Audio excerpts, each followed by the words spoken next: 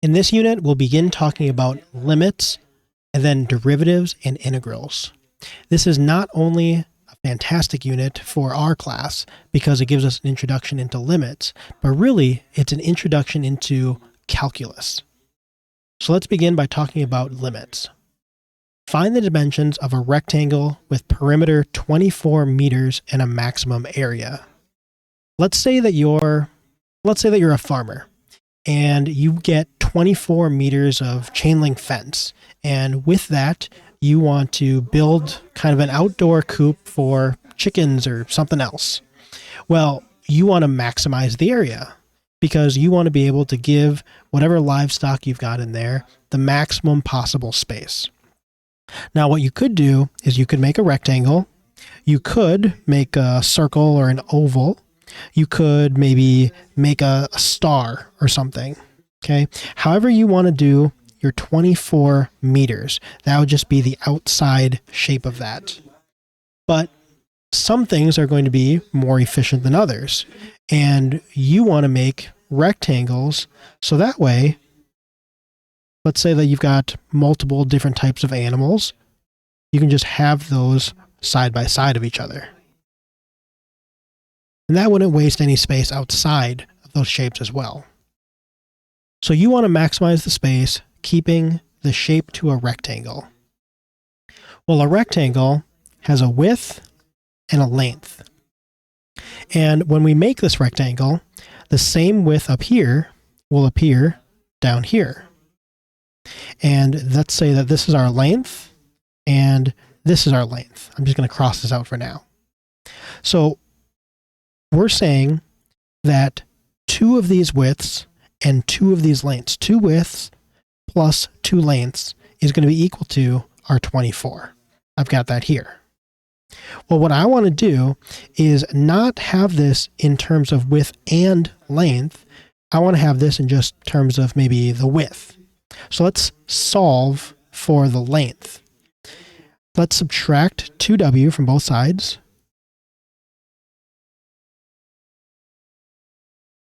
So 2 times the length is going to be equal to 24 minus 2w. And if I divide both sides by 2, I'll get the length is equal to 12 minus w. That's where this L equals 12 minus w comes from. This is my length in terms of the width. And it's advantageous for us to have everything in terms of just one, either the width or the length, because when I go to the area, I can say the area is equal to the length times the width, but then substitute the length. Instead of L times W, A is going to be equal to 12 minus W times W. So the area is equal to 12w minus w squared.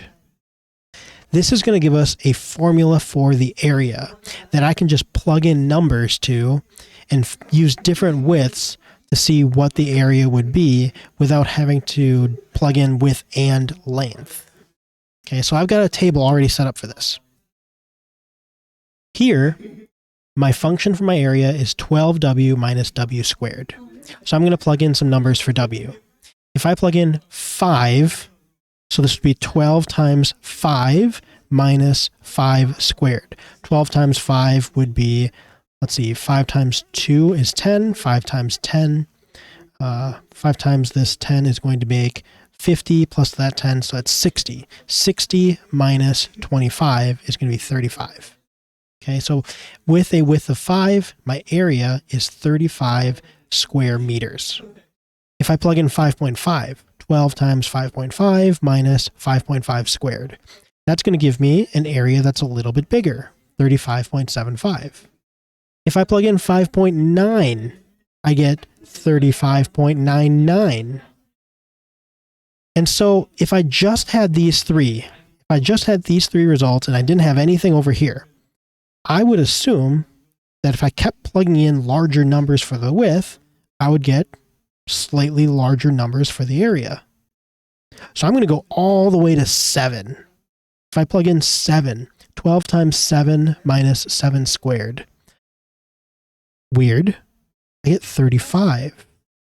So it climbs, but then it falls back to 35 when I plug in 7. If I plug in 6.5, I get 35.75. If I plug in 6.1, I get 35.99.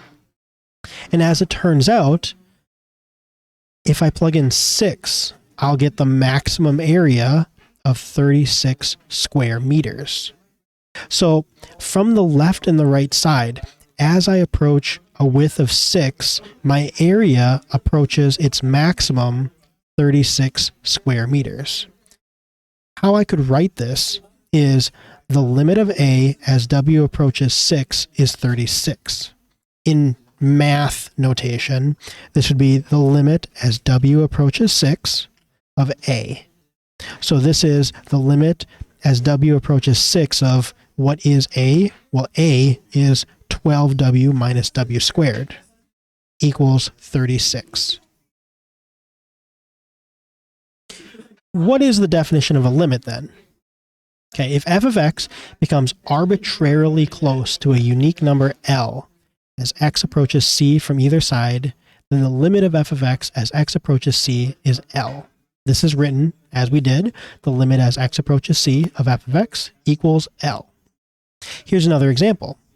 If I've got the limit as x approaches 2 of 3x minus 2, and I have this table here, I plug in 1.9, and I get 3.700.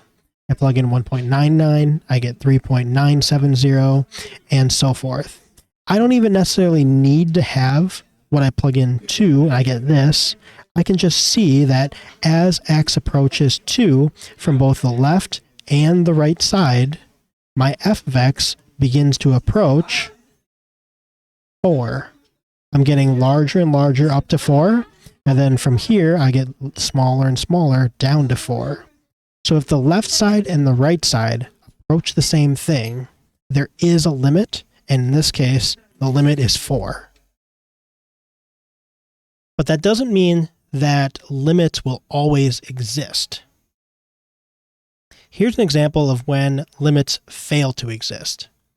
This is the limit as x approaches 0 of the absolute value of x divided by x. If I look at the graph of this, when I plug in a negative number, I will get negative 1.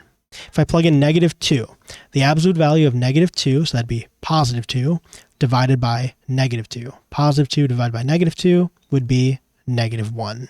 So x is negative 2, y is negative 1. If I plug in negative 1, the absolute value of negative 1 is positive 1 divided by negative 1. The answer is negative 1. So I'll still have negative 1 here. If I plug in negative 1/2, I'll get negative 1. If I plug in negative 0.00001, I will still get negative 1. As I approach 0 from the left side, all of this will come to negative 1.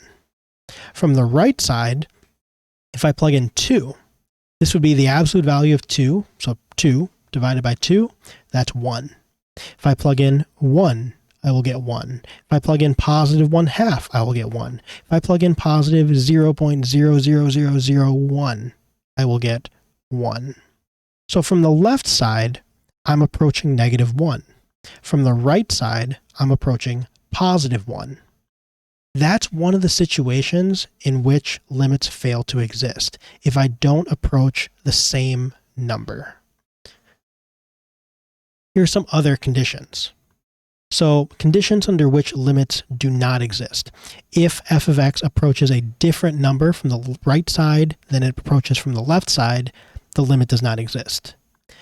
If f of x increases or decreases without bound, so it approaches infinity or negative infinity, then the limit does not exist. If f of x oscillates, that means goes back and forth between two numbers. If it oscillates between two fixed numbers, 1, negative 1, 1, negative 1, 1, negative 1, as x approaches c, then the limit does not exist. So we do have quite a few problems where we can just use direct substitution to find the limit. A lot of these are quote unquote well-behaved functions. Polynomial functions are an example of this. Rational functions with non-zero denominators also have this property. Some basic limits. I could say the limit of a number is just that number. So the limit of 4 as x approaches anything is just going to be 4. If I've got x, just direct substitute, plug that in, I'll get whatever that is. If I have x to some power, again, direct substitution, plug that in. If I've got some radical, again, just plug it in. Whatever that is, that's our limit. Sometimes, though, things get a little more complicated, and that's where these properties of limits are going to come in. Let's say I've got two functions, f of x and g of x. If I'm taking the limit as x approaches c of both of them, then the limits are L and K respectively. The limit of f of x as x approaches c is L. The limit of g of x as x approaches c is K. So here are where these are going to be used. Scalar multiples. If I've got just some number times this function and I'm taking the limit of that, then my answer is just going to be the limit of the function times that same number. For the sum or difference, if I've got two functions, f of x and g of x, and I'm adding or subtracting them together, taking the limit of that whole thing, then I can just take the limits of the separate parts, f of x and g of x, get those limits, and then add or subtract those, and that's going to be the answer to the limit of my original. Same thing for product and quotient. If I'm multiplying these together, just take the limits of each of them individually, multiply those together. If I'm dividing them, then find the limits of each of them individually, divide those. And lastly, for a power, if I've got a function to some power, then take the limit of that function, bring it to that same power, and that'll be the limit to your original. Let's do some examples. Find the following limits. Here I've got the limit as x approaches 4 of x squared. I can direct substitute, and I can just say, well, let's plug this in, 4 squared. This is going to be 16. So I would say the limit as x approaches 4 of x squared is 16.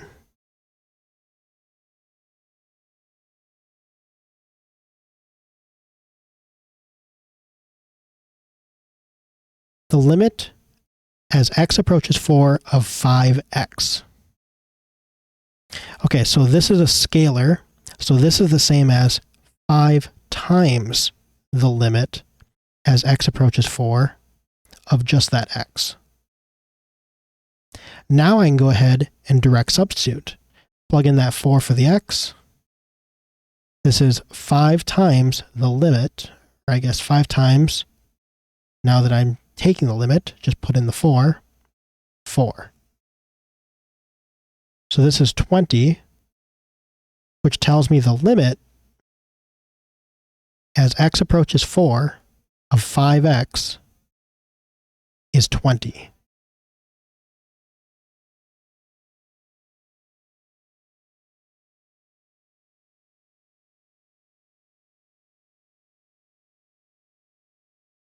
The limit as x approaches 9 of the square root of x. Direct substitute here.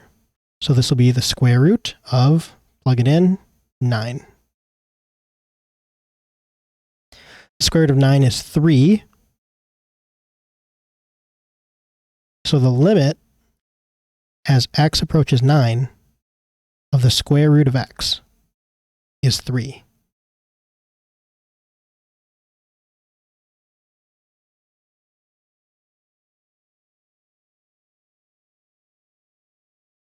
All right, now we're going to get a little trickier. Here, I've got the limit as x approaches pi of tangent of x divided by x. Since I've got one function over the other, tangent of x over x, I can take the limit of each of these individually. This will be the limit as x approaches pi of tangent of x divided by the limit as x approaches pi of just x. Now I can direct substitute, plug in the pi here, and do the limit as x approaches pi of tangent of x. So this will be the tangent of pi. So I've got the tangent of pi over, plug in for x, that'll just be pi.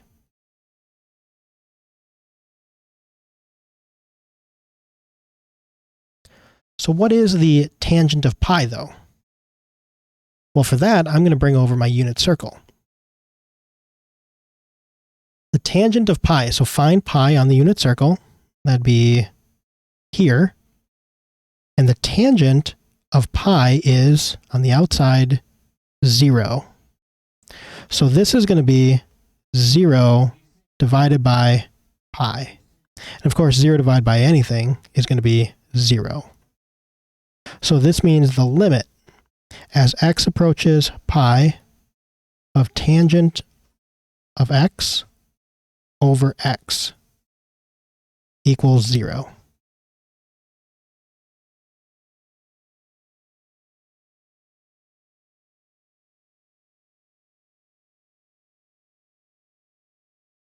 All right, I've got 2 more examples for us.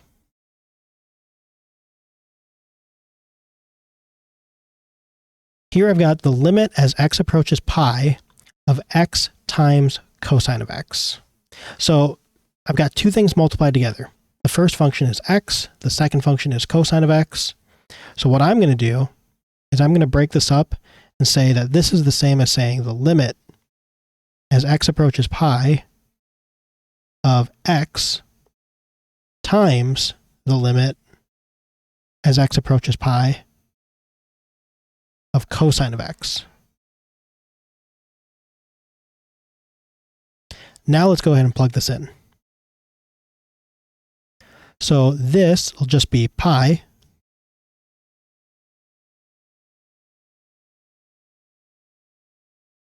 times cosine of pi.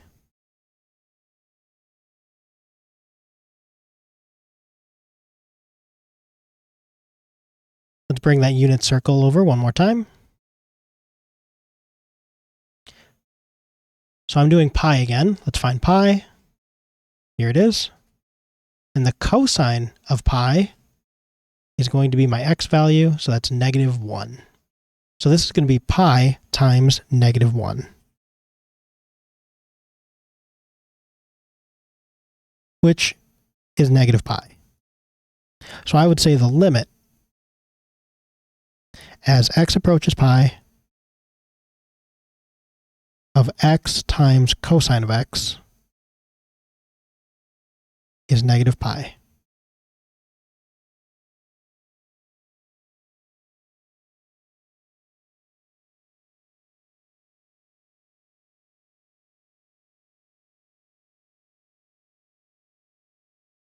And the last one here, the limit as x approaches 3 of x plus 4 squared. I can just go ahead and plug that in. That's going to be 3 plus 4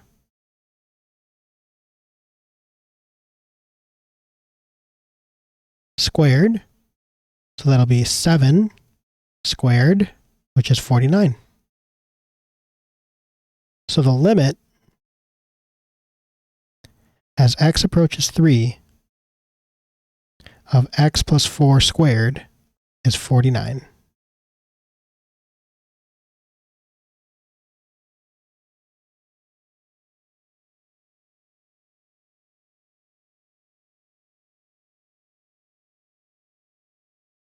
All right, this is an introduction to limits. We've got a lot more to talk about in these upcoming sections.